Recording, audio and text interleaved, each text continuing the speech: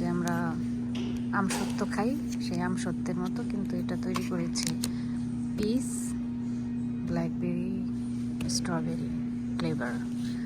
আর এটা হলো চিপস। দুইটা একই জিনিস দিয়ে তৈরি করেছে, কিন্তু একটু ফ্লেভার আলাদা, স্পাইসি। অ্যান্ড এটা মনে হয় চিজ দেওয়া।